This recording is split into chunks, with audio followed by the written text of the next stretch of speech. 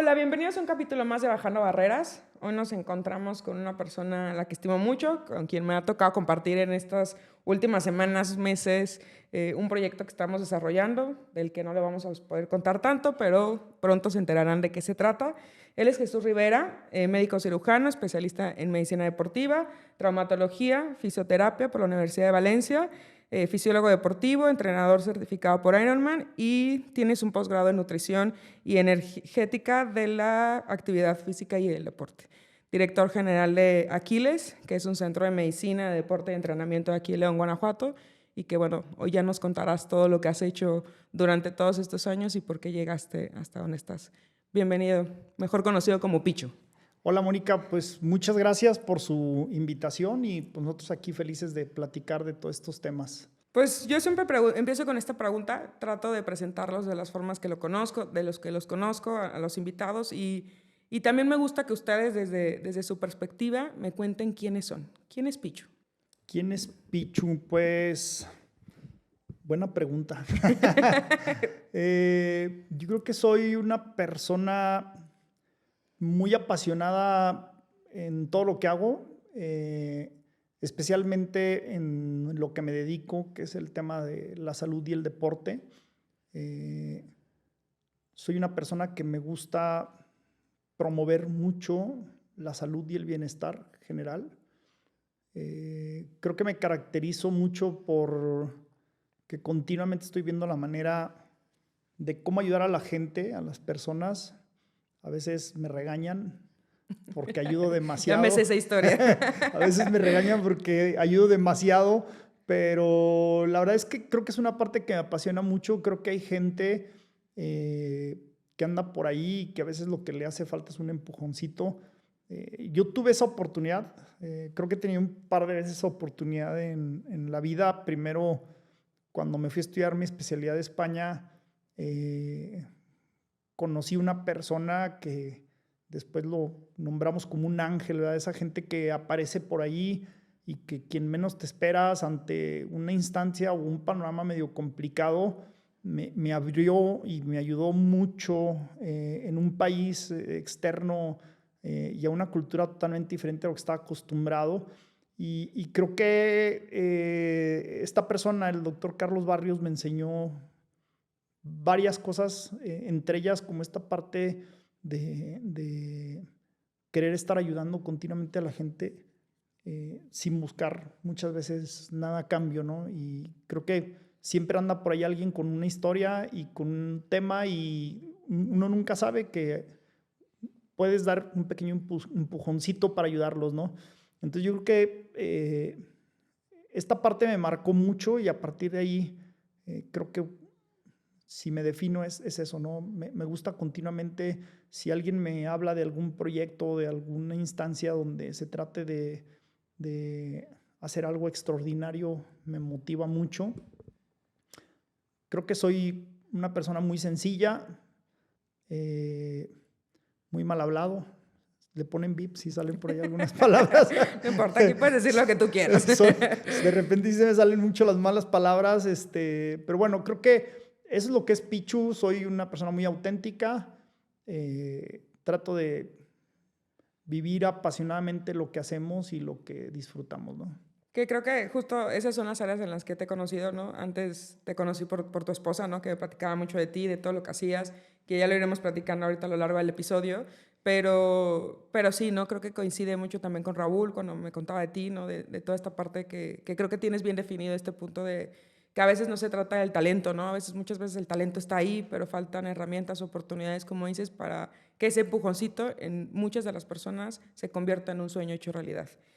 Pero quiero que me cuentes antes de entrar en todo este camino, ¿por qué medicina? ¿Cómo es que empiezas tu camino en el tema de medicina y cómo es que llegas al área deportiva? Bueno, yo creo que es una tradición familiar. Desde mi bisabuelo estaba bien clavado en este tema de la medicina. Deja contarte una historia maravillosa que poca gente sabe. Mi bisabuelo fue uno de las personas que estuvieron activos en el tema del desarrollo de la vacuna contra la picadura de alacrán. Yo soy originario de Durango y allá los alacranes son fulminantes. Te pica un alacrán y En No la cuanto menos cuentas. la esperas, ya no la cuentas, se complica mucho. Y la primera vacuna que se desarrolló fue generada por el doctor Isauro Benzor y Isaías Rivera, que es mi bisabuelo. De hecho, la primera vacuna que se utilizó en humanos fue con una tía abuela que le picó un alacrán y ya La probamos aquí, ¿no? ya la estaba marchando y fue así como de que, pues, de todo modo se va a morir, hay que probarla y así fue como se usó por primera vez, ¿no? Desde ahí esa parte, luego mi abuelo era boticario. Yo desde niño tengo una memoria muy fresca de cuando acompañaba a mi papá a la farmacia de mi abuelo. Y en la parte de arriba me encantaba ver ahí todas las botellas con 20,000 tipos de brebajes para poder hacer una medicina a la medida, ¿no? Que curiosamente creo que la medicina está empezando a dar un giro en algunos puntos y creo que tarde o temprano vamos a regresar a eso que eran antes las boticas donde las medicinas las hacían a la medida del paciente, ¿no? Ahora ya todas las medicinas están hechas, están fabricadas, pero ahora pues nos está pasando que las que ya no están funcionando a veces algunas, ¿no? O no para todos, o no, Exacto. o tienen más efectos secundarios que otra cosa, ¿no? Sí, entonces, pues de ahí como que todo el tiempo lo estuve viendo. Mi papá es médico, es una persona que admiro muchísimo y siempre me inculcó esta pasión por la medicina, ¿no? Entonces, yo lo tenía bien claro desde chico que quería ser médico. Incluso en secundaria y en prepa era medio burro, por no decir que burro y medio. Y incluso algunos tíos me decían que no le iba a hacer. Hombre, o sea, la medicina es para alguien muy clavado, muy metido con el estudio, ¿no? Mucha disciplina, no te va a funcionar, etcétera, ¿no? Entonces, pero yo lo tenía clarísimo, yo quería ser doctor. Toda la vida me apasionó el deporte. Desde niño, primero hice natación, luego duatlón y luego después me metí al tenis y en el tenis tuve una faceta muy larga. Llegué a jugar en primera división aquí en México y tuve la intención de querer ser profesional, pero me di cuenta que era bueno en mi rancho y muy malo fuera, ¿no? Entonces, y tenía la pasión por la medicina, entonces como que dije, no, ¿sabes qué? Vamos a estudiar medicina. Y siempre existía en mí ese interés de fusionar la medicina y el deporte, aunque no sé por qué, pero yo tenía un tabú de que de médico del deporte me iba a morir de hambre. La verdad, mis papás no me lo inculcaron así, o sea, nunca me dijeron, no estudies médico del deporte, ni mucho menos. Era una creencia tuya. Era una creencia mía de que yo decía, pues es que donde vivo ni deportistas hay, y cómo voy a vivir del deporte, ¿no? Como médico, siempre me apasionaba toda esa parte. Incluso cuando estaba estudiando medicina, empecé a tomar algunos cursos de entrenador. Empecé siendo entrenador de academias de spinning y luego después fui dando talleres de capacitación para los futuros maestros de spinning. Y siempre me apasionaba, ¿no? Y lo tenía muy claro, pero yo lo veía complicado, ¿no? Entonces, para mí, la idea era ser médico internista y de hobby ser médico del deporte, ¿no? Entonces, como que decía yo, con médico internista voy a sacar para vivir, pero como tiene muchas cosas de clínica y fisiología que se aplican mucho en la medicina y el deporte, pues como que veía esa unión, ¿no? Aquí en México presentas un examen para hacer la especialidad y el primer año me preparé para ser médico internista. Incluso presenté el examen y lo digo con mucho orgullo, gracias a Dios reprobé, porque... Te dio tiempo para... Sí, me dio tiempo para recapacitar de que en realidad no es lo que quería, ¿no? Que toda la vida había querido ser médico del deporte. Y cuando repruebo ese examen, platicando con mi abuelo y con mi papá, abuelo materno, porque mi abuelo paterno ya había fallecido, me inculcaron mucho pues que tenía que ir a buscar el sueño, ¿no? Si lo que quería era ser médico del deporte, pues que fuera por eso, ¿no? En aquel entonces, la oferta educativa de la medicina y el deporte en México no me llamaba mucho la atención. Y entonces empecé a buscar las opciones de hacerlo fuera del país.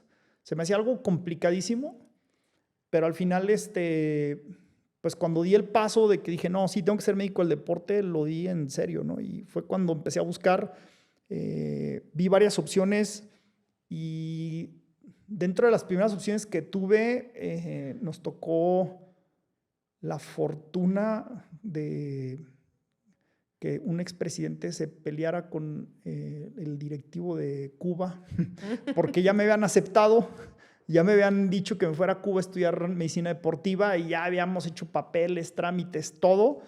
Y te lo juro, estábamos como a un mes de que ya nos íbamos a ir a vivir a Cuba con todo planeado y por ahí vino esta persona de Cuba a México y le dijeron que nada más comiera y se fuera rápido. No sé si te enteraste de esa historia muy común. Pues bueno, a partir de ahí hubo se rompió el lazo político y justo, o sea, a los 8 días de que sucedió este tema, no me contestaba, no sé qué, y al final me contestan y me dicen, ¿sabe qué? Tenemos indicaciones de que nadie de México, ¿no?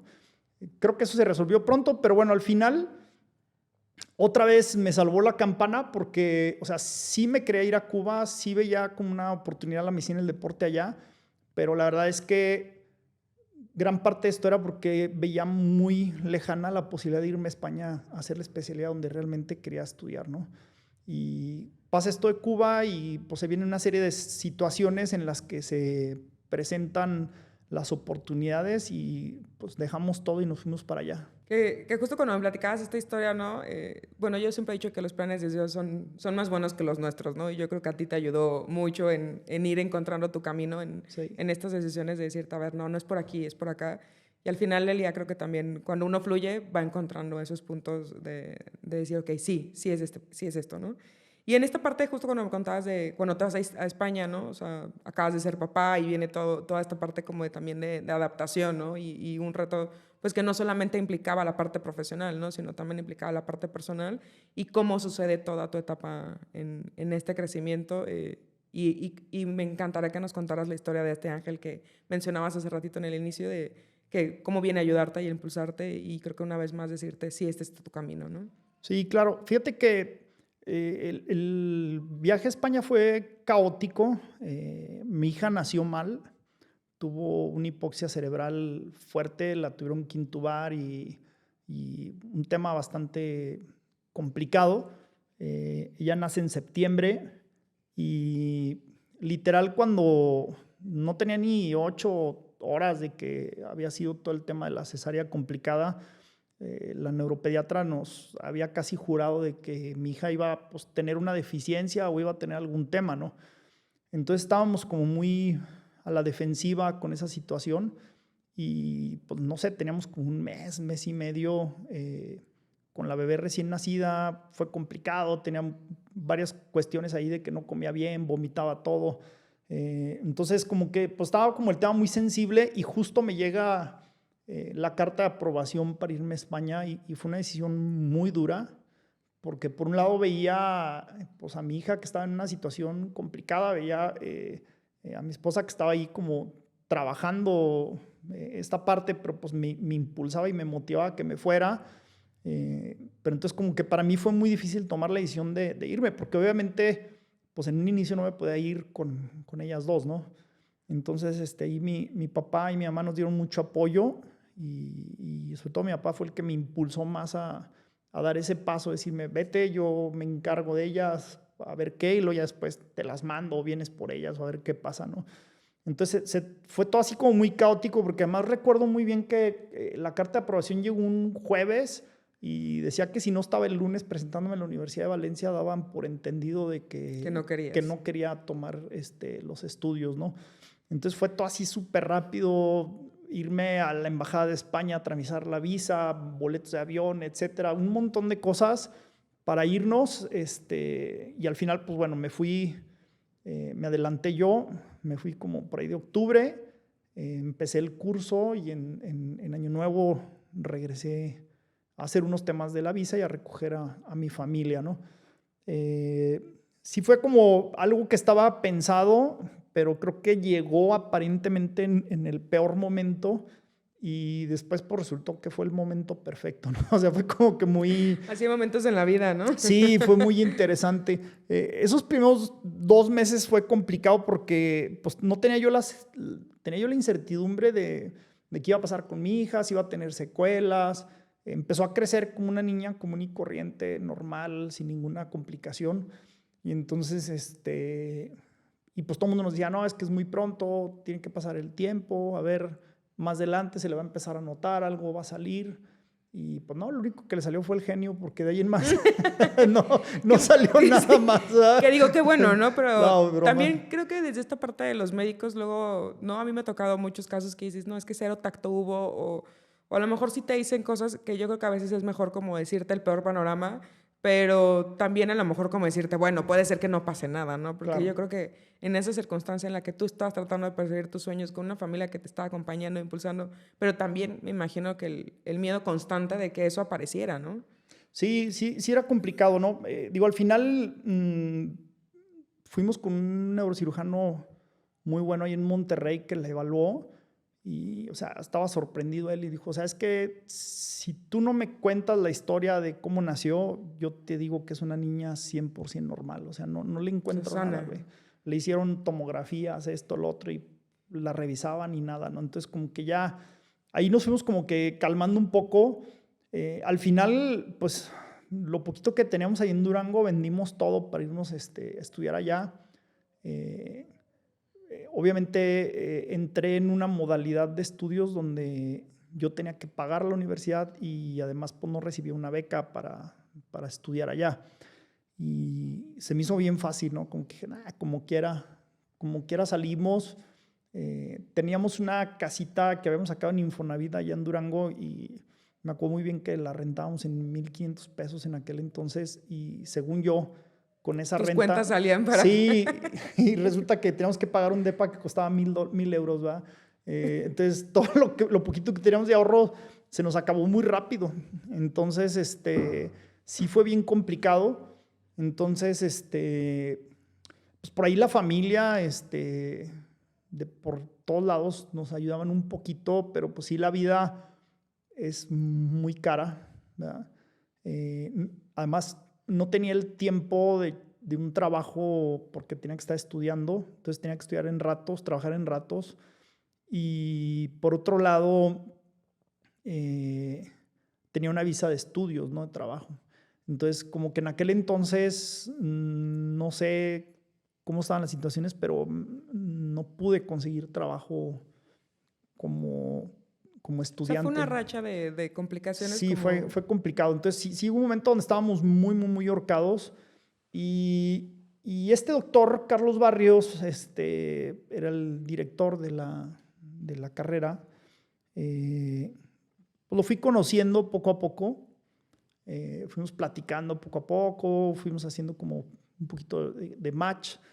Un día me invitó por la tarde, un día a tomar una cerveza y platicar y como que fuimos platicando más y yo también como que no tenía la gana o la idea de andar ahí pues contando mis complicaciones a un señor que acaba de conocer, que era el director de donde yo estaba estudiando, como que tampoco me nacía como abrirme, ¿no? Al 100. Claro. Pero digo, al final se fueron dando las cosas y entonces él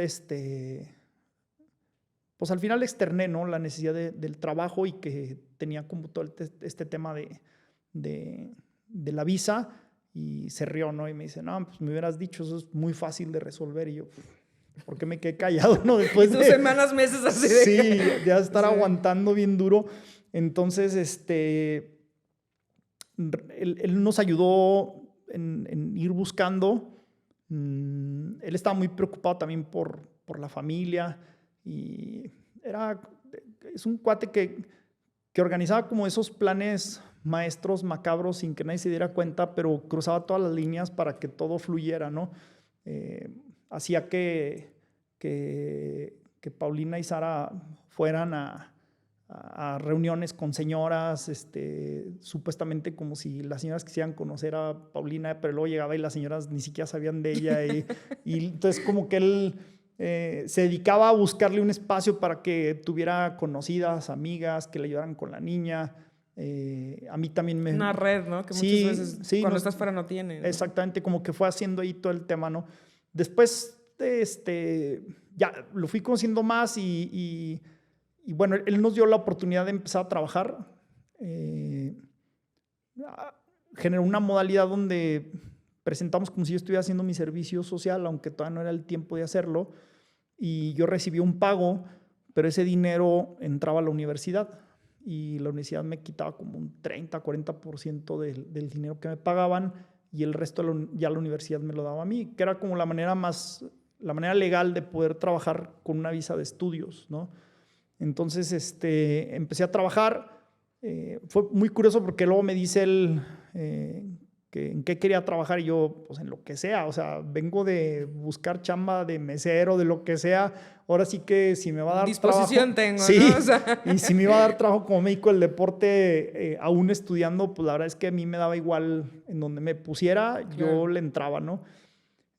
Platicado con él, pues le dije que me apasionaba mucho el ciclismo, tenía unos años muy clavado en la bici, tuve ahí unas historias que me fueron acercando al mundo del ciclismo y me apasioné mucho con el ciclismo y aún dentro de esto seguía siendo yo muy ignorante porque no sabía quién era el doctor Carlos Barrios, o sea, en el fondo nunca imaginaba yo el poder y el dominio y el reconocimiento que tenía él. Sí, no dimensionabas la persona con la que estabas. Sí, no dimensionaba. Cuando me citó para ver en qué iba ya a trabajar como manera más formal, me citó en su consultorio por primera vez y cuando llegué a su consultorio me quedé impactado de que vi los suéter amarillos del Tour de France de Lance Armstrong y eso como que me quedé así como que sacado de onda y cuando llego le pregunto, le digo, oye, ¿a poco usted lo conoce? Y se rió, ¿no? Con una risa así medio sarcástica y me gira una foto y me enseña una foto con él y me dice, bueno, pues yo fui 3 años médico de él.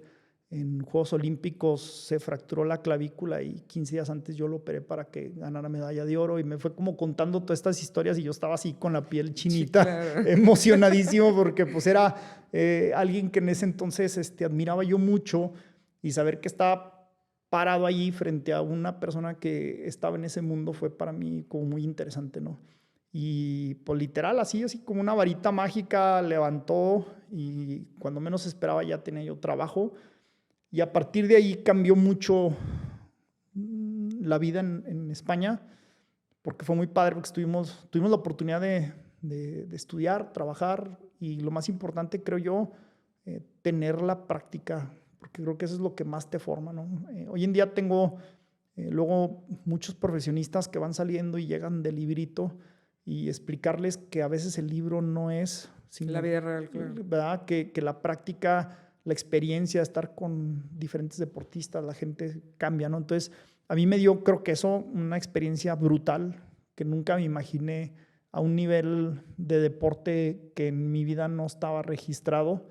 Y fue muy interesante, ¿no? Después me enteré que él era una gran eminencia y era parte de la obra del Opus Dei y que pues tenía como filosofía esta parte de ir ayudando, ¿no? Y entonces ya como que lo fui conociendo más y fui entendiendo muchas cosas de su actuar, porque al principio también yo me desconfiaba ya de saber este señor que quiere ayudar tanto, sí, ¿no? ¿Cómo me lo va a cobrar? Exacto, como que no me cuadraba que de un día para otro una persona acomodara, ¿no? me quisiera dar todo y ayudar y aprovechar y en verdad, o sea, ahí fue cuando aprendí que puedes ayudar mucho a la gente sin esperar nada a cambio. O sea, sí. ¿Y qué crees que vio él en ti? ¿Por qué crees que dijo, a vamos a ayudarlo? Ni idea. Digo, algo tuvo que haber visto, ¿no? Para estar en los niveles en los que tuvo las oportunidades. Yo creo que o sea, siempre he sido una persona muy apasionada y yo estaba viviendo mi sueño. O sea, era irreal para mí el poder estar estudiando y trabajando y pues yo me devoraba los libros, estudiaba. Si había que ir a hacer prácticas 1 hora, yo iba y me quedaba 5 horas y si no tenía nada que hacer, preguntaba a ver si me podía meter a la consulta o si me podía meter a una prueba de esfuerzo, una cirugía. O sea, nomás estaba viendo a ver qué inventaba yo para empaparme, o sea, pero vio tu pasión, ¿no? entonces. Yo creo que lo que vio sin duda fue mi pasión, sí, seguramente. Oye, Pichu, y digo, sé, cuando me contaste esta historia y la platicábamos, que a mí también me puso la piel chinita porque son de esas cosas en las que dices, o sea, Dios o a lo que le queramos llamar, obró a través de esta persona en tu vida y así tenemos de pronto y la tomaste, ¿no? Porque también a veces la vida o Dios o lo que sea nos va poniendo cosas y no las tomas muchas veces, ¿no? Tú decidiste tomar este camino, estas oportunidades y creo que eso te dio gran parte de lo que hoy eres y cómo has ido construyendo tus sueños. Me acuerdo que yo te preguntaba, ¿por qué no quedarte en España cuando ya estabas en este mundo tan grande, ¿no? O sea, ¿por qué regresar a México? Sí, fue muy padre, pero a la vez fue muy desgastante, porque llegó un momento donde ya no veía a mi familia. Yo creo que empezó a haber mucho problema en ese sentido, porque al final pues viajaba, estaba una semana y media, 2 semanas, regresaba, cambiaba maletas, me volvía a ir. Y entonces siento que un punto pues dejé de perder el tiempo que debí de haber tenido con mi esposa y con mi hija. Y entonces como que esa parte fue muy complicada. Y por otro lado, estuve en un nivel donde había mucho estrés y muchas presiones, ¿no? O sea, estábamos en lo más alto del nivel del ciclismo a nivel mundial y todo el tema del dopaje es como muy complicado. Eh, Nos tocó vivir muchas experiencias. En alguna ocasión hubo una redada de lo que fue la operación antidopaje más grande de la historia en aquel entonces contra un médico español que tenía todo un consorcio en este mundo del dopaje. Y como médicos del deporte, estando en un equipo de ciclismo, fue muy complicado porque nos seguían. El director técnico nos decía que teníamos los teléfonos intervenidos, que escuchaban las conversaciones, que teníamos que ser muy prudentes. Y aún y cuando estuvieras actuando de buena fe, pues era mucho estrés, ¿no? Mucha La paranoia de preocupación. saber quién te está siguiendo, qué Sí, te están buscando o sí algo, era ¿no? complicado saber que no estaba haciendo nada, pero que te estaban buscando, que estaban buscando a todo el mundo. Llegó un momento que era triste donde el médico del deporte, en lugar de pasar a ser alguien que te ayuda, que te quita el dolor, que tal, ahora pues éramos los buscados, ¿no? Por así decirlo. Fue como complicado, ¿no? Y también pues no faltaba de que en el grupo de gente, los ciclistas, los atletas, estuve también con la selección de hockey patines de España, con otras instancias, pues luego ya empezaba yo con una paranoia donde yo también sentía que los chavos a lo mejor pues, estaban haciendo algo sin considerarlo con uno, y entonces pues tú tenías que estar cuidando toda la integridad y la imagen, tanto Sí, de parte responsable de del todo el equipo. equipo, los patrocinadores, tal, ¿no? Entonces, la verdad es que era mucho estrés. O sea, aprendí muchísimo, pero sí era mucho estrés, ¿no? Y aún así yo estaba dispuesto a seguir. Pero pues bueno, ahí coincidió que después de muchísimos años en México hacen una carrera ciclista profesional en Chihuahua y invitaron a gran parte de los mejores equipos en aquella época de ciclismo en el mundo a participar, y entre uno de esos equipos estaba mi equipo, ¿no? Entonces, me hizo mucha ilusión venir con ellos a competir a México. Ganamos la vuelta, fue una experiencia padre porque fue como venir a mi país y Llenarte de coronarnos, ¿no? orgullo, ¿no? Sí, sí, eso estuvo muy chido. Y pues bueno, fue a fin de año, luego de ahí se vino la Navidad y la idea era pues pasar Navidad aquí con la familia y luego regresar otra vez. Pero cuando ya íbamos a regresar nos anuncian que el equipo había tronado con los patrocinadores y que pues se había acabado el proyecto, ¿no? Entonces, pues primero hice como una pausa y la idea era como estar un par de meses en lo que veía qué pasaba, si salía algún otro trabajo o algo. Y pues bueno, se fueron como ampliando la visión de lo que podía yo trabajar aquí en México. Y entonces como que esos 2, 3 mesecitos me fui dando la idea, ¿no? Después me llegó la oferta para entrar a un equipo en Suiza, pero yo ya estaba viendo un área de oportunidad enorme en México. Y además, siéndote muy sincero, siempre que me fui, sí tenía como la idea de que en algún momento iba a regresar a México a implementar todo lo que había aprendido, lo que había vivido, ¿no? Entonces como que ahí fue como que dije, bueno, a lo mejor pues es el momento de quedarme, ¿no? Y empezar aquí una historia nueva. Yo creo que sí, ¿no? O sea, al final, al contrario, creo que muchos es como buscan esta oportunidad de salir porque en México no las encuentras siempre y creo que podrías haber encontrado mejores oportunidades tal vez en otros países o en otros lugares, pero que quizás coincidió con una vez más en tu vida, ¿no? Como con estas señales de decirte por dónde iba el camino. Y pues qué padre que pudieras regresar a un país que como bien dices, tiene todavía muchas áreas de oportunidad. ¿En qué momento del camino se cruza Aquiles? ¿De dónde nace? ¿Por qué? O sea, ¿cómo viene todo este sueño de esta clínica? Bueno, cuando estaba allá, la comunicación era diferente a lo que había hoy en día. Eh, Estoy hablando del 2004, 2005, por ahí. O sea, Sí, casi 20 años. todavía no estaba Facebook en todo su apogeo, ni Instagram, ni YouTube, ni estas cuestiones, ¿no? Y hago mención de esto porque estando allá, la mayoría de la comunicación con mi familia era vía email y pues sí hablabas por teléfono, pero era muy caro, muy costoso. Y las primeras videoconferencias que se empezaron a hacer nos tocaron en esa época. Recuerdo muy bien que un año pasamos Navidad y pusimos una mesa y pusimos la computadora con la camarita y del otro lado estaban toda la familia en México y hicimos como una cena y estábamos en Zoom, que pues de conferencia fue nada porque literal nos conectábamos y cada 3 segundos se trababa la imagen y ya sabes, ¿no? Entonces como que... Pero te sentías ya cerca, ¿no? Por Sí, primera vez, ¿no? pues era, pues por lo menos, pues sentías que estabas ahí en la cena de Navidad, ¿no? Y fue como una experiencia padre. Pero bueno, dentro de ese proceso empezaron a salir ciertas gentes de México que me pedían asesoría y que me pedían el apoyo. Y por otro lado, estando en España, fuera de mi equipo de trabajo, pues luego había otros atletas que querían empezar a tener una asesoría en rendimiento o en entrenamiento o en evaluación. Entonces empecé a generar como un sistema para empezar a atender a esta gente en línea, ¿no? Y digo que no nos hubiera cambiado la historia si hubiera sido en estas épocas, porque a lo mejor con toda la facilidad que hoy en día hay para hacer cuestiones en línea, a lo mejor quizás sí me hubiera impulsado más quedarme más tiempo allá o quedarme allá.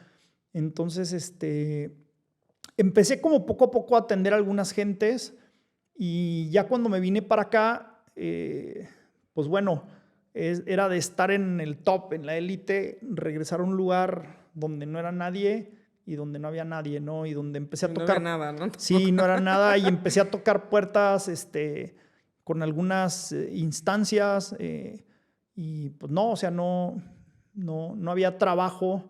Entonces empecé a formar atletas, ¿no? O sea, empecé a promover el deporte, empecé a hacer proyectos, empecé a ver que había mucha gente que tenía el talento o el nivel, pero que a lo mejor no tenía las condiciones tanto en conocimientos o en dinero o en herramientas o en unas instancias para que detonara su rendimiento, ¿no? Y ahí fue donde nace el hacer un concepto completo de lo que era la medicina y el deporte, ¿no?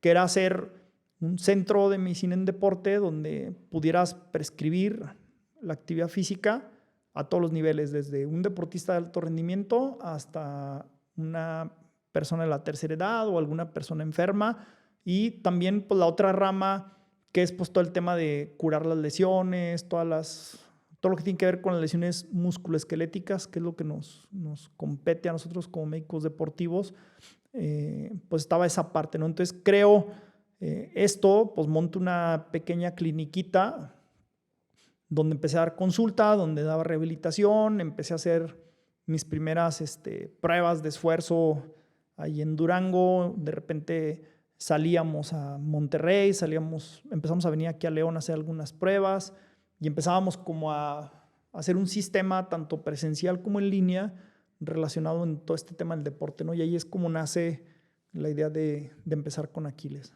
¿Y de dónde viene esta parte como que... ¿Cómo identificas? Porque sé que hoy, ¿no? Ya el concepto que tiene Aquiles, la posición que tiene Aquiles, que lo hemos platicado, ¿no?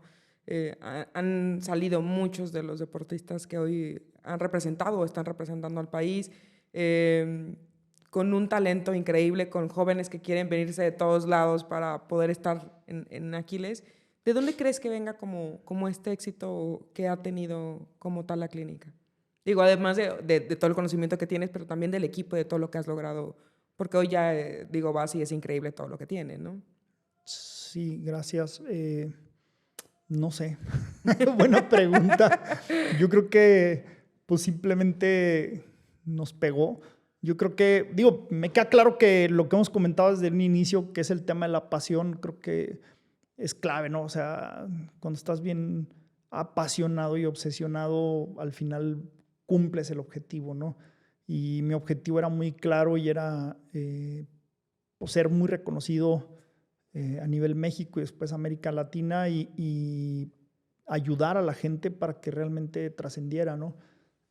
Sí soy como muy, muy, muy mexicano, muy orgulloso de mis raíces, de la bandera, de todo este rollo y como que siempre he tenido pues la ilusión también de apoyar a la gente, pues porque pues no sé si coincidas, pero puede haber muchas historias, trascendencias, pero si hay un éxito deportivo a nivel mundial, México se vuelca, o sea, se vuelven No, de las cosas locos. que nos ponen chilitas Sí, a todos, ¿no? O y sea, todo el mundo se motiva y la gente va feliz a trabajar porque ganó la selección mexicana de fútbol y si pierde, todo el mundo trabaja de genio y, o sea, como que estamos muy influenciados, ¿no? En ese sentido.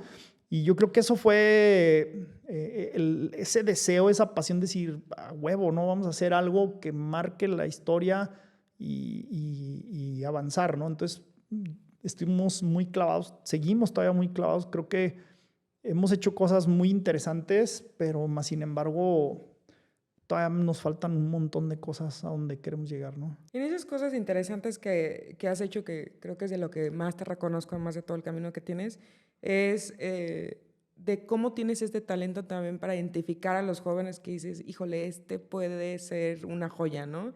Y más allá de identificarlos, de realmente como darles las herramientas, sé que buscas, te mueves, recursos, das apoyos, tienes a jóvenes viviendo aquí, les has puesto casa, o sea, has hecho todo un proyecto para que el cómo sí de estos jóvenes se puedan desarrollar, pues Aquiles y tú lo han logrado, ¿no?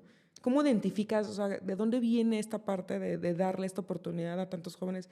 Que yo creo que muchas veces lo decimos hace rato, ¿no? No tiene que ver con el talento, o sea, el talento muchas veces está ahí, pero recurso también no es algo económicamente viable para todos, ¿no? Sí, no sé decirte, siento que es como siempre he tenido como un sexto sentido en todo. Y creo que esto ya me lo han preguntado varias veces, ¿no? Porque me ha pasado que tengo atletas que luego quieren o llegan queriendo hacer algo y un año, 2 años después les va de poca madre y crecen bien cañón, pero en otra cosa diferente a lo que ellos querían. Y es de que, o sea, me ha tocado, sin menospreciar los sueños de cada persona, como decir, sabes que no, estás orinando fuera de la taza, ¿no? Lo que tú quieres, o sea, está bien, pero podrías romperla Tu mucho talento más es de este otro sí. lado, ¿no? Entonces, nos han tocado varios casos así, donde vienen con una idea y terminan haciendo otra y les va muy bien. Entonces, creo que es un poquito de feeling y también, pues creo que es esta misma pasión, ¿eh? O sea, porque al final, o sea, si tienes un chavo que es muy bueno corriendo, nadando, en bici o en el deporte que sea, sí es muy bueno, es talentoso, pero no tiene esa pasión y no tiene esa línea que le lleve hacia la disciplina y hacia otras cuestiones, al final siento que no va a trascender, ¿no? Entonces muchas de las veces también hemos hecho visorías y las primeras visorías a veces sí como que medio me rayaban la madre que decían, no, ¿cómo No, no, pues sí. Y digo, y como todo, ¿no? A veces seleccionas gente y resulta que no son lo que esperabas, pero yo creo que mucho de lo que busco en esos chavos para poder ayudarlos o poderlos integrar a algún proyecto, quizás lo que busco es eso, ¿no? Que realmente tengan como las cosas muy claras a dónde quieran llegar, que no tengan un pensamiento muy mediocre, O sea, que realmente sueñen con algo muy grande, porque creo que cuando tienes ese sueño gigantesco, te genera toda la energía como para seguir y No dejar de seguir. perseguirlo, Exacto, ¿no? hasta que lo cumples, ¿no? ¿Qué crees que sea más importante? ¿El talento, la disciplina, la pasión? O sea, ¿qué crees tú que es lo que más mueve a un deportista o debería mover a un deportista todos los días? Porque esto es algo que tienes que tener para que constantemente te mueva a darle el máximo cada día. Sí. Curioso, hace como unos 3 días me preguntaron esto en mis redes sociales y les puse una pequeña letras que tengo en un póster que tengo ahí en mi consultorio, y yo creo que ninguna de las tres.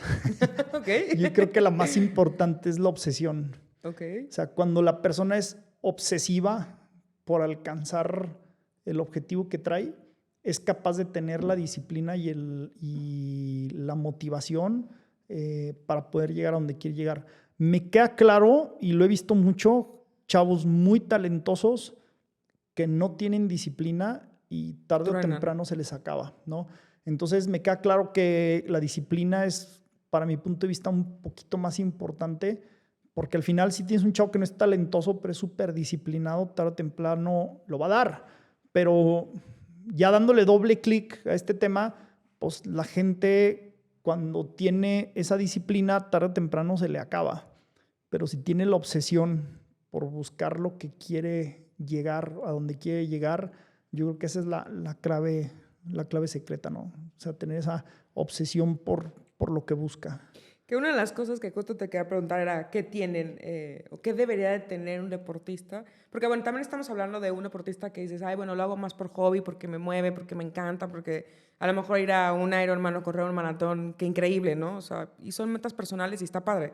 Pero ya dedicarte a las grandes ligas de esto, sí me imagino que debes de tener ciertas características, que creo que esta es una de las grandes o de las más importantes porque es lo que te va a mover Sí. todos los días, ¿no? Sí, yo creo que es una de las más importantes, y tener resiliencia creo que también es clave, porque un deportista de alto rendimiento está muy expuesto al fracaso continuamente y mete todas las canicas al juego por un evento, una temporada, y se juega todo por el todo y muchas veces no sale.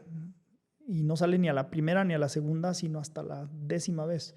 Y a veces, y luego te sale 2 veces y luego deja de salir, ¿no? O sea, es complicadísimo llegar, ganar y mantenerse.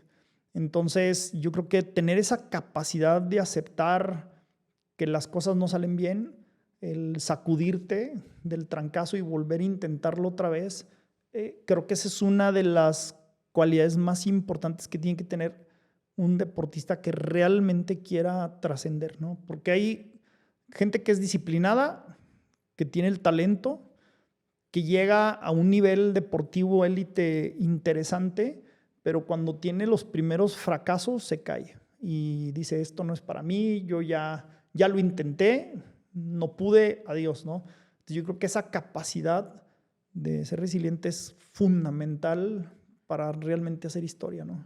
Y que creo que en la vida en general, ¿no? O sea, pero sí creo que es un área a nivel profesional, o sea, que sí te requiere la resiliencia constante, ¿no? O sea, platicamos mucho en las entrevistas con los jóvenes que nos has podido contactar para el proyecto que estamos desarrollando y mucho también es del inicio, ¿no? O sea, un deportista se construye, o sea, al final el día a veces lo ves y dices que qué padre, ya ganó aquí, ya ganó acá, y está representando. Pero para que llegue a esos niveles justo requiere de muchos momentos. Yo creo que es un área en el que constantemente te tienen subidas y bajadas, que sí tienes que tener también un gran carácter, ¿no? Como para que esa resiliencia, esas caídas no te duelan o te destruyan de tal forma. Lo hemos hablado, ¿no? También cómo es importante el tema de tener una terapia y de que esto constantemente también te ayude a que, porque lo vemos, ¿no? Lo platicamos con los chavos, o sea, que pasó esto, pero esto se puede mejorar si resuelves ciertas cosas o mejoras en ciertas cosas, ¿no? Pero creo que al final del día tú has logrado en los jóvenes, y lo vemos con quienes platicamos, como identificar estos puntos, ¿no? O sea, en cómo te puedes levantar y tener bien claro, ¿no? Y creo que también hay otros que dices, no, pues a mí me encanta, lo disfruto, pero así como para dejar mi carrera profesional y todo, pues tampoco, ¿no? Y creo que Sí. sí es bien importante el ahorita que nos digas, sobre todo, ya que lo estás viendo más a niveles profesionales, ¿qué crees que falta en México? Digo, seguro muchas cosas, ¿no? Pero que tengas tú identificado para que estos chicos, o sea, realmente tengan estas herramientas y que no les duela tanto buscar este sueño, ¿no? Porque hoy lo vemos y dices, sí, pero eso requiere a lo mejor salir de mi comunidad, requiere salir de esto.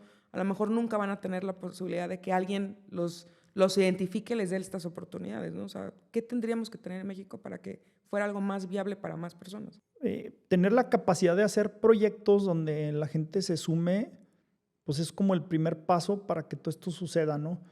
Pero luego, además, quién lleva a los deportistas es fundamental.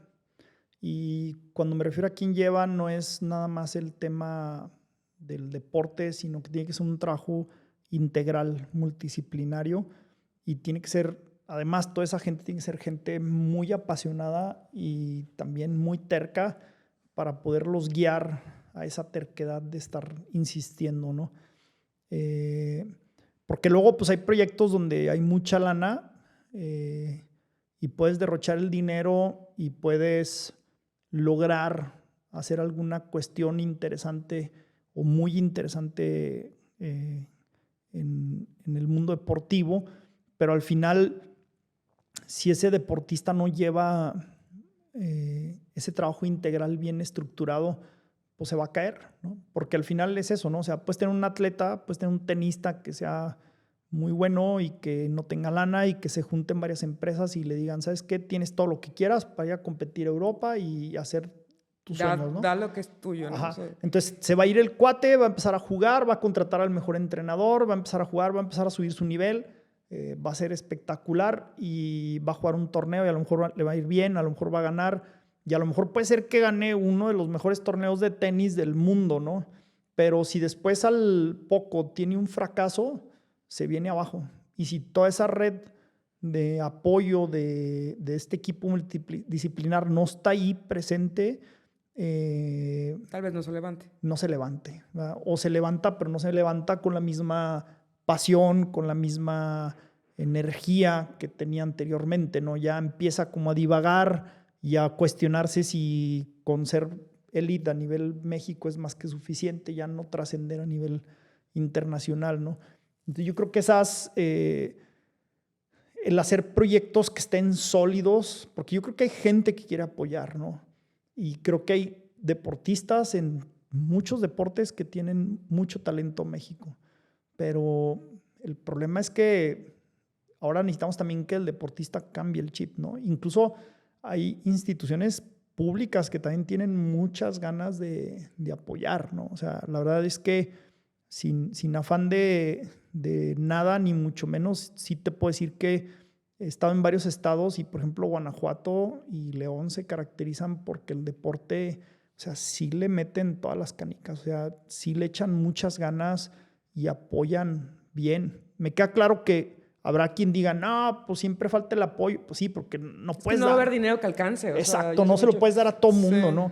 Pero de alguna otra manera, quien está dirigiendo el deporte hoy en día en León y en Guanajuato, a mi parecer lo están haciendo bastante bien y está el apoyo ahí, ¿no? Entonces, hay mucha gente que puede apoyar para que esto fluya, hay mucha gente que puede estar, pero también si el deportista tiene la mentalidad siempre que no, pues es que no hay apoyos, no hay recursos, no hay dinero, y como que siempre están con ese chip negativo de que no hay.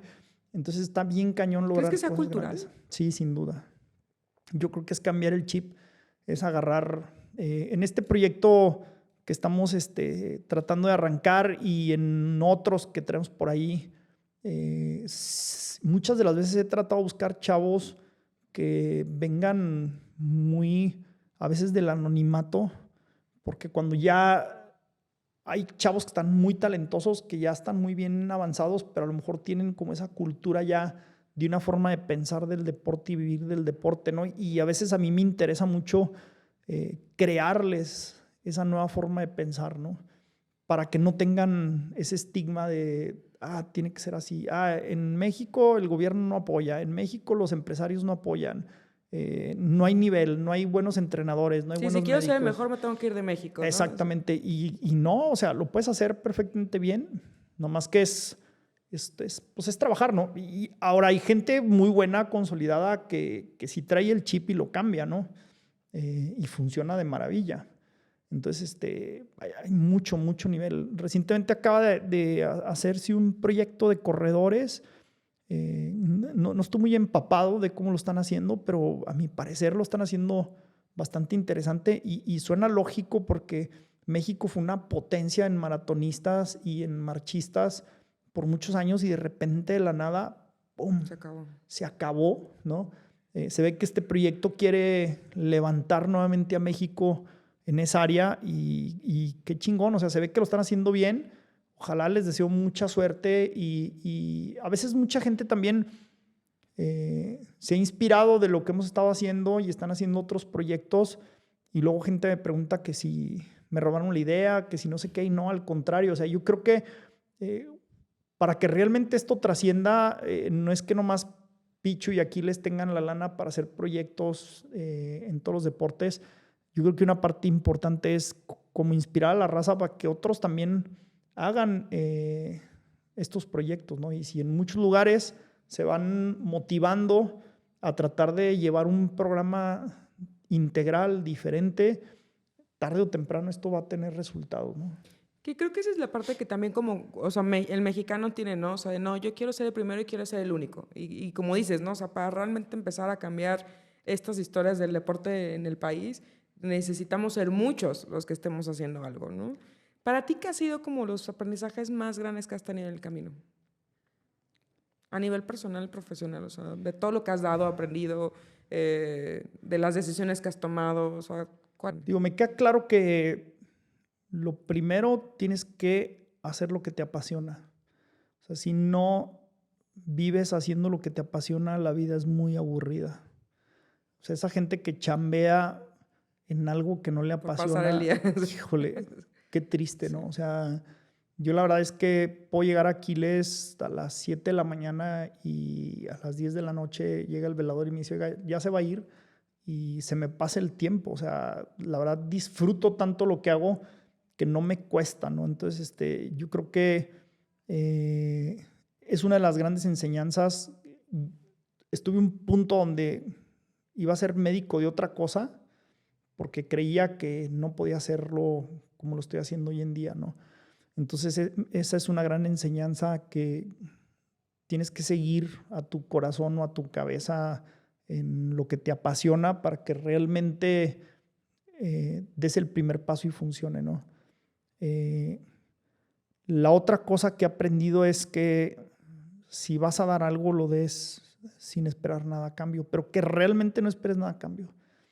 Es bien Sí, para que cañón. no te decepciones de generar una expectativa, ¿no? Pero y muchas veces he dicho yo, voy a apoyar a fulano y no espero nada a cambio, y después me doy cuenta que estoy esperando algo a cambio y digo, esto no va a funcionar. O sea, realmente tienes que trabajarlo mucho para llegar realmente a ese punto donde digas, ¿sabes qué? Voy a apoyar, voy a dar mi dinero, voy a dar mi tiempo, voy a dar mis contactos o lo que quieras, y realmente no espero nada a cambio de esto. Espero ayudar a alguien y que sea feliz y que a lo mejor se motive, como a mí me pasó con este doctor, que recibí tanto y que él no esperaba nada a cambio de mí, que dije, yo quiero ser como él, ¿no? O sea, la verdad es que esa parte es una de mis mejores enseñanzas.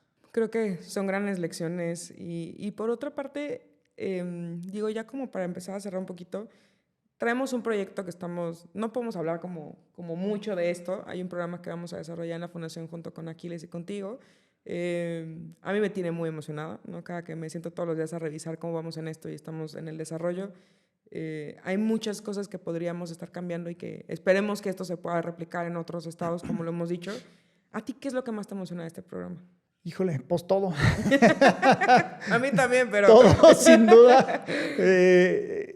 Lo que pasa es que creo que cuando tienes un programa donde realmente buscas esto, ¿no? Al ayudar sin esperar nada a cambio y hacer las cosas lo mejor posible, es cuando las cosas pueden realmente fluir. Y a veces uno quiere ayudar, pero te topas con un montón de barreras, ¿no? Y yo creo que esa red de apoyo siempre son en micro y en macro, ¿no? Y en diferentes niveles, ¿no? Y entonces a lo mejor uno tiene su red de apoyo familiar y luego la tienes social y luego a lo mejor la tienes laboral en un nivel, pero cuando empiezas a tener una red de apoyo, por ejemplo, con grandes empresarios como Rodrigo, como Raúl, que te empiezan a dar respaldo para otro tipo de proyectos y que ellos tienen otra red de apoyo enorme y entonces Se hace una cadena, te ¿no? empiezas a dar cuenta que es una cadena gigante donde puedes tener esta red de apoyo para que si te caes te ayuden a levantarte, ¿no? Y que puedas seguir. Entonces el poder hacer un programa, un proyecto bien hecho desde cero, donde podamos cuidar todos los detalles, donde podamos tener una claridad del manejo del dinero, donde podamos tener un apoyo de los chavos de una manera integral, eso es lo que me motiva mucho, ¿no? Porque pues en este transcurso he hecho muchos proyectos y muchos han funcionado y otros me han costado un montón, corajes, dinero, tiempo, peleas, porque al final no logro tenerlo de manera integral, ¿no? Entonces yo creo que eso es lo que más me apasiona de este proyecto y me apasiona el que podamos tener con Comuntia una continuidad por lo menos de aquí al 2028 y que estoy seguro que si esto sale bien, pues es que va a ser el inicio de algo muy grande. Muy grande. O sea, eso me queda clarísimo. Yo también coincido. Creo que de pronto estas partes de a lo mejor pones las ideas, pones el dinero, pones todo, pero cuando ya te da la posibilidad de dirigir, pero también de operar, ¿no? O sea, los programas y sobre todo, para mí en la Fundación En Comuntia es bien importante el tema de transparencia, o sea, el tema de ser claros, siempre lo hemos dicho, nuestro dinero viene de aquí, aquí, de aquí, y el día que quieran, aquí están las cuentas, ¿no? Porque creo que es la parte, una fundación solamente tiene la credibilidad y eso lo puedes tener o lo pierdes y ya no hay vuelta atrás, ¿no?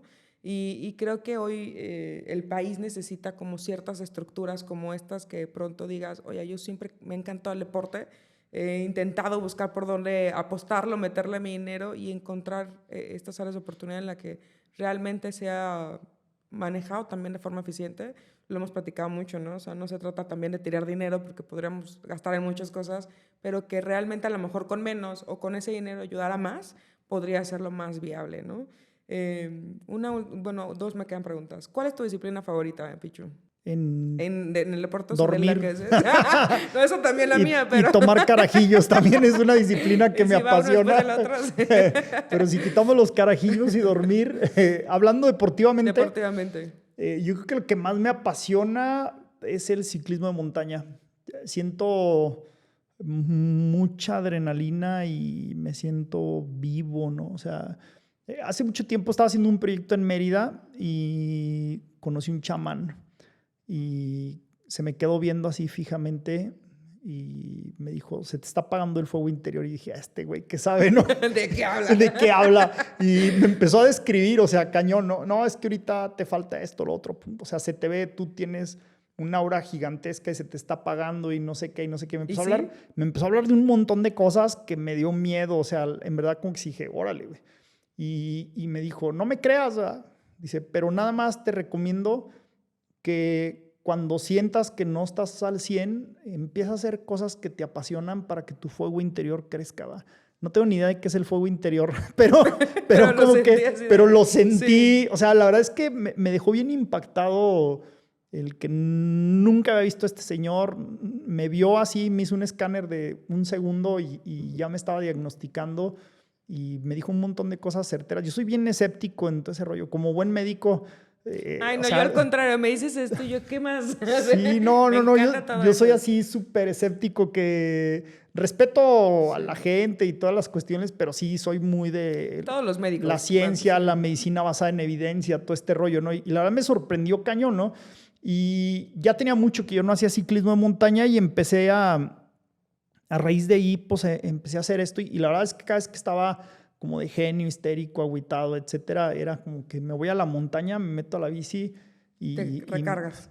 Me recargo cañón, ¿no? Recientemente empecé a hacer trail running, que es correr en las montañas. Ahorita voy con un grupo de amigos a un gran evento, que es el fin de semana ahí en Argentina. Andas por ahí por las fronteras entre Chile y Argentina, 3 días corriendo por las montañas y le he agarrado mucho gusto al...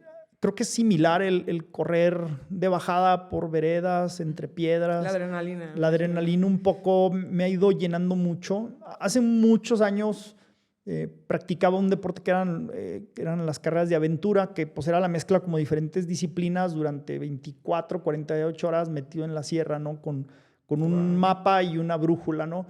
Después como que la inseguridad hizo que estas carreras se vinieran abajo. Y ahorita como que están empezando a regresar, ¿no? Y el trail creo que tiene como una pequeña esencia de esa parte y lo estoy empezando a disfrutar bastante otra vez. La verdad es que hago ciclismo de carretera y me gusta y lo hago por convivir también con muchos clientes y amigos. He hecho 10 Ironmans. Wow. Me gusta el triatlón de larga distancia, pero no me encanta. O sea, Ese sí no lo disfrutas tanto. Sí, no, este año, por ejemplo, me fui con mis cuates a correr el medio Ironman de Panamá y fui más por el desmadre y ir con mis cuates que por el propio evento del 73, ¿no? Pero, por ejemplo, ahorita de trail que vamos a ir, sí estoy emocionado, sí estoy muy motivado. Yo creo que en primera instancia sería ciclismo de montaña y quizás el correr en la montaña. Son ahorita las cosas que más me gustan. ¿Qué te mueve todos los días a seguir? ¿Qué me mueve? Yo creo que mis hijos y mi familia. O sea, el demostrarles... No demostrarles, porque no les tengo que demostrar nada, sino más bien enseñarles con el ejemplo, ¿no? Que cuando deseas algo y cuando te apasiona algo, lo puedes lograr. Entonces, corte, porque si no va a llorar. ¿Es cierto? No, ya viene una última pregunta. Vamos a cambiar de tema. Sí. No, sí, la verdad es que yo creo que ese es mi motor. O sea, es bien complicado, ¿no? Porque quieres, dentro de tu medida, darles todo lo que puedes o todas las carencias que tuviste de niño, aunque no tengo ninguna... hacerles el camino más fácil, ¿no? Ninguna queja tengo con mi papá, de mis papás de lo que me dieron, pero al final como que sí había muchas cosas que yo quería, no tuve y como que ahora luego se las quieres dar, pero luego das cuenta que no es lo ideal. Porque tampoco se trata de eso. Sí, o sea, me queda claro que cuando no estás en una zona de confort es cuando mejor funcionas, ¿no? Entonces, pero sin duda eso es lo que más me apasiona, que me vean... a 1000 por hora. La verdad, un tiempo me descuidé mucho de ellos, o sea, a nivel familiar, personal, y entonces ahora intento enfocarme más en tener calidad de tiempo con ellos para poder cubrir, ¿no? Cuestiones con mi hija, pues a lo mejor me perdí del año a los 8, 10 años, me perdí muchas épocas.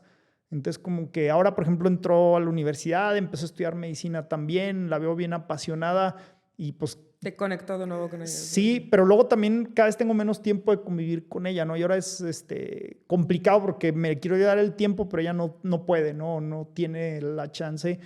Entonces, como que sí, buscar mucho esta parte y enseñarles a ellos que sí se puede. Yo creo que eso es lo que más me mueve y me motiva. Que yo creo que no solo lo ve tu familia, o sea, lo ve quien trabaja contigo, quien es parte de Aquiles, ¿no? Tu equipo, o sea, a los jóvenes que los acompañas, creo que es algo que sí transmites y que no solamente lo cuentas, o sea, se nota porque lo vives de esa forma. Hay una última pregunta que quiero hacer, que con esta cierro todos los episodios, que es, ¿cuál es la huella que quieres dejar en el mundo? O sea, ¿cómo te gustaría que te recordaran? No me gusta que me hagan esas preguntas. Porque siento que luego te inventas una jalada y luego después dices, ay, hubiera dicho otra cosa. No, yo creo que la huella que me gustaría dejar es un poco esto de cómo hacer las cosas con pasión, ¿no? O sea, si el día de mañana yo me muero, quien me haya conocido, que se quede con esa idea de que con pasión y con mucha entrega puedes llegar muy lejos.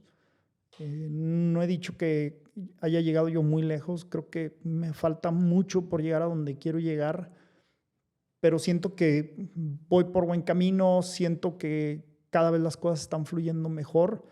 Entonces, enseñarle a la gente que se puede hacer algo trascendental, ¿no? O sea, es importante, ¿no? Hay una frase que me gusta mucho que dice que lo único imposible es aquello que no intentas. Me gusta tanto que la traigo hasta tatuada. Y la tienes ahí en Aquiles, ¿no? Sí, la tengo en Aquiles y la tengo tatuada porque me queda claro que mucha gente no llega a donde quiere llegar porque no lo intenta, porque tiene miedo y no se anima a dar ese brinco, ese paso, ¿no? Entonces yo creo que con muchas ganas, que tener muchas ganas al final es la pasión, logras hacer lo que quieras, ¿no? Entonces es lo que quisiera dejar como huella, el lograr que la gente que esté en mi alrededor, que me conozca, que conozca la historia en algún momento dado, también le motive a ir hacia allá, ¿no? Picho, muchas gracias por haber aceptado estar en este episodio. Gracias también por todo lo que nos has enseñado. Yo sabía como que nada de deporte, de todo lo que hemos aprendido en estos últimos meses contigo. Viene un proyecto increíble que vamos a compartir juntos, que me emociona y que espero que logremos que nuestra historia, porque creo que compartimos esta parte, nos lleve también a mover o a construir muchos sueños también de jóvenes. Entonces, pues gracias, estaremos en contacto. Ojalá también sigas vibrando esta pasión, este sueño, que acompañemos a muchos jóvenes y que pues al final del día por algo pasan las cosas y por algo tu camino te llevó hasta aquí. Lo agradezco, lo honro y pues te agradezco compartir esto contigo. Muchas gracias por la invitación y sí, pues agradecido no nada más con el podcast, sino con esta fundación que tú diriges, que nos estén dando la oportunidad. Sin duda creo que van a salir cosas muy interesantes. Hecho Muchas está. gracias. Gracias a ti.